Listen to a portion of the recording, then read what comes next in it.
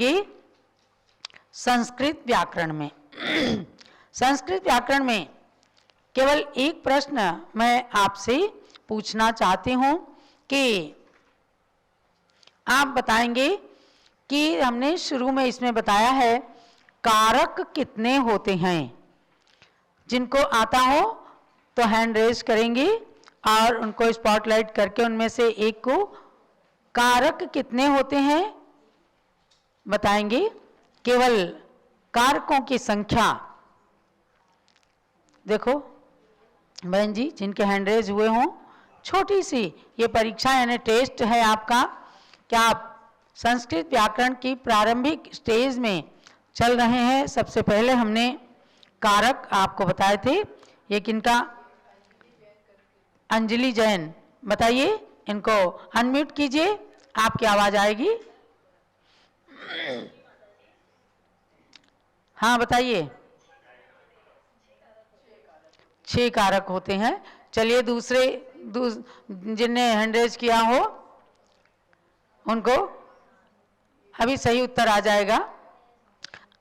आप किताब खोल लीजिए। किताब खोलने से मतलब जो आपको सॉफ्ट मैटर भेजा गया है उसमें से देखिएगा। सबसे पहले इसका उत्तर आपको पहले पेज पर ही मिल जाएगा। पहले से मतलब है सविता जैन। हाँ बताइए सविता जी। सविता जी बताइए।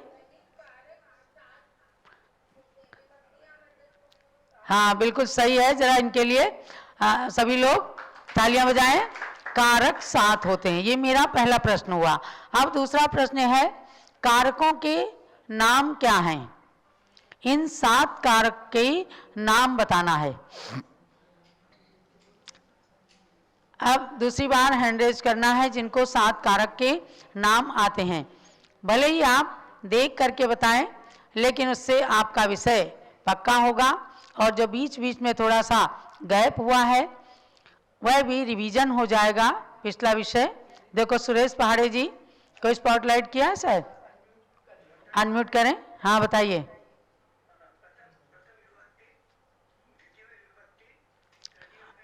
हमने कारक के नाम पूछे, हमने विभक्ति के नाम नहीं पूछे हैं। कारक के नाम। हाँ हाँ हाँ बोलिए बोलिए, बिल्कुल सही है। हाँ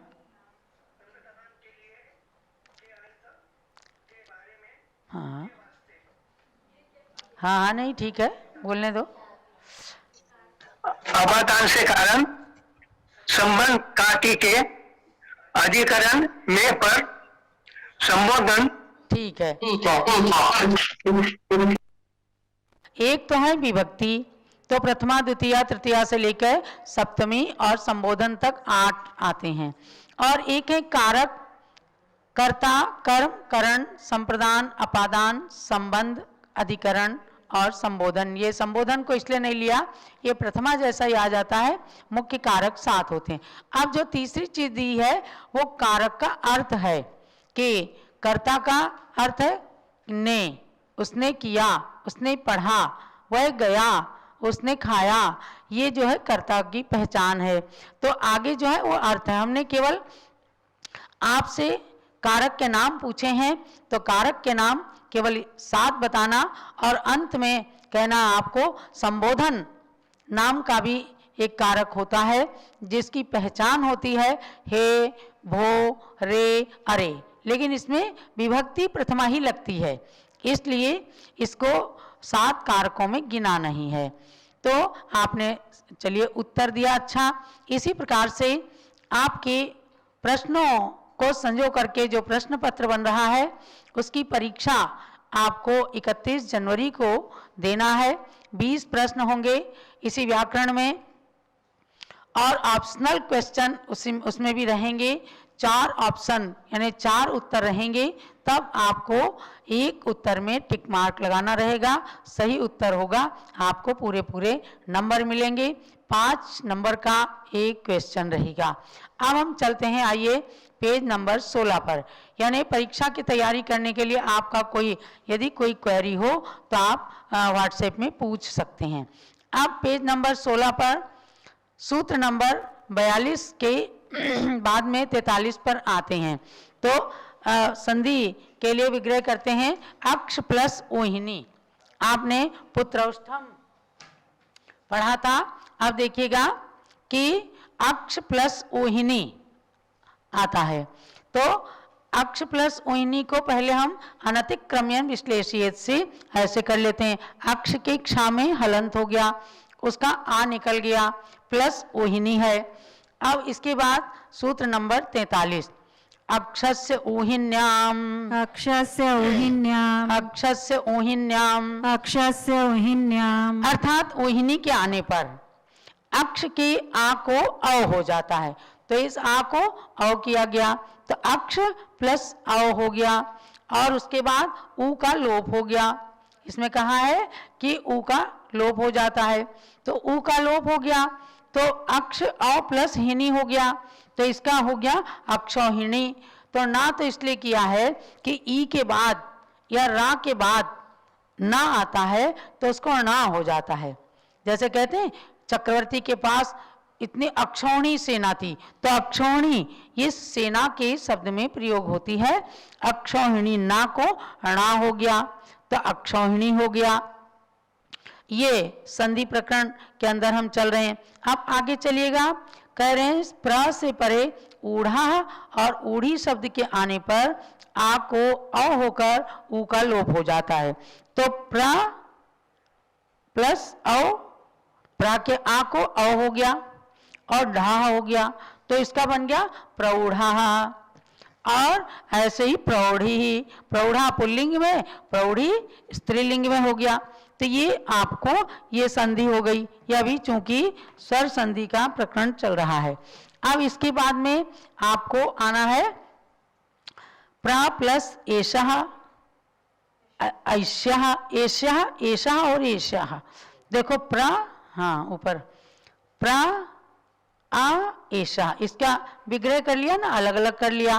पूरा प्रा था पहले, तो प्रा को हलंत कर दिया, इसमें से आ निकाल दिया, एशा हो गया।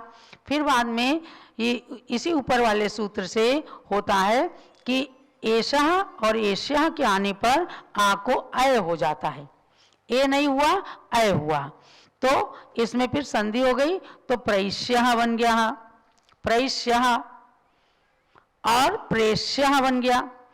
तो प्रा प्लस एशः प्रेषः बन गया, ये प्रेष्य बना था, और प्रा प्लस ऐसा है तो प्रा के आ को निकाल लिया गया, आ को अय हो गया, तो इसको प्रैषः बन गया। ये अय होना चाहिए यहाँ, इसको अय, तो प्रैषः बन गया, प्रैष्यः और प्रैषः।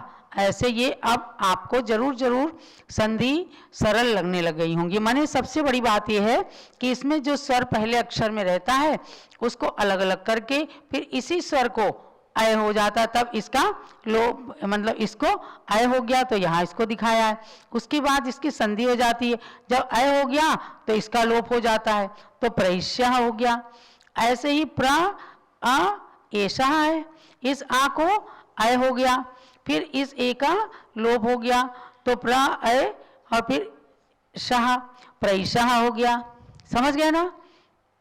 ये संधि ए अय की संधि है। आप आगे भी बढ़ गए हैं। अब इसके बाद में आता है दधि प्लस अत्र। ध्यान से समझना और फिर पढ़ना, अपनी पुस्तक में अच्छे से समझ में आएगा। चाहे तो इसकी फोटो आप ले लिया करें चित्र, और उसके बाद में उसको देखा करें। हम आपके लिए ये चौक से लिखते हैं। और दधि प्लस अत्र है, नदी प्लस ऐसा है, तो दधि प्लस अत्र है, इसके ई को निकाल दिया, दध ई अनतिक्रम्यन विश्लेषित, ये सूत्र जो पढ़ाया था इससे विश्लेषण कर लिया, प्लस अत्र है, फिर दध ई को या हो गया, इस ई को या हो गया, और फिर अत्र है तो दध्यत्र बन गया। अब कह रहे हैं इसमें सूत्र कैसे लगा है, 44 नंबर सूत्र, इवर्णो यम सवर्णेन च परो लोप्यः इवर्णो यम सवर्णेन च परो लोप्यः इवर्णो यम सवर्णेन च परो लोप्यः। इवर्णो यम सवर्णेन च परो अब लोप्यः। इसमें करते हैं, कह रहे हैं ई को या हो जाएगा और या कैसा होगा हलंत, न च परोलोप्या, फिर इसका पर का लोप नहीं होगा, तब दद य, अब इसमें आ लग जाएगा तो दध्यत्र बन जाएगा। समझ में आया सबको? और ऐसे ही नदी प्लस ऐसा, तो नदी का ई निकल गया, ई को ए हो, ई को या हो गया और उसमें भी हलंत रहा ऐसा, तो संधि हो गई, नद्देशा बन गया। तो बन गया दध्यत्र और नद्देशा। इसको लौकिक व्याकरण के अंदर कहते हैं यण संधि, और ये कातंत्र व्याकरण के प्रारंभ का संधि प्रकरण है। इसमें आपको ये संधि बनाने का, अब चाहे यण संधि कहें गुण संधि कहें, लेकिन प्रक्रिया आपकी ये है कि उसमें से ई निकल गया और ई भी या हलंत हो गया और अत्र का आ का लोप नहीं हुआ, फिर संधि हो गई व्यंजन मस्वरम परवर्णम नयेत, इससे संधि होकर के नद्यत्र दध्यत्र नद्देशा, इस प्रकार से शब्द बन गए हैं। ऐसे ही कर करके आप 44 सूत्र तक पहुंच गए हैं।